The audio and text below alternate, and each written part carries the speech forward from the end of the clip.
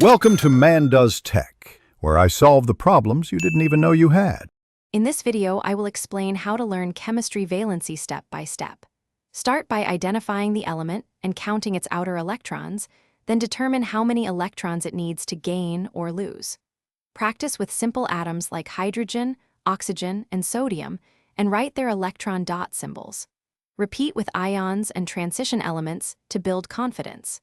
Use flashcards and quick quizzes to reinforce patterns and speed. Begin by locating the element on the periodic table and noting its group to estimate valence electrons, then decide whether it tends to lose or gain electrons. Draw the electron dot diagram and predict the charge needed for a full shell. Translate that charge into a simple valency number or bond count and confirm by writing the likely compound formula. Practice by checking examples and correcting mistakes until the process feels automatic and quick. Quick recommendation and a small ad break.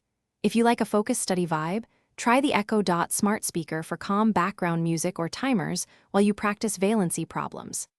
It fits any desk, connects to your devices, and makes study sessions more pleasant and productive.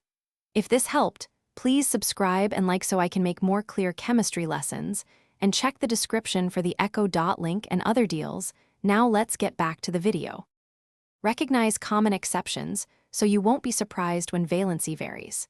Memorize that transition metals can have multiple valencies and that boron and beryllium often form fewer than 8 electrons. Learn about expanded octets for elements in period 3 or higher and use oxidation states when valency is unclear. Practice with example compounds and ask why each atom bonded the way it did to build flexible reasoning rather than rote memorization. Thanks for watching. If you found this helpful, don't forget to like and subscribe.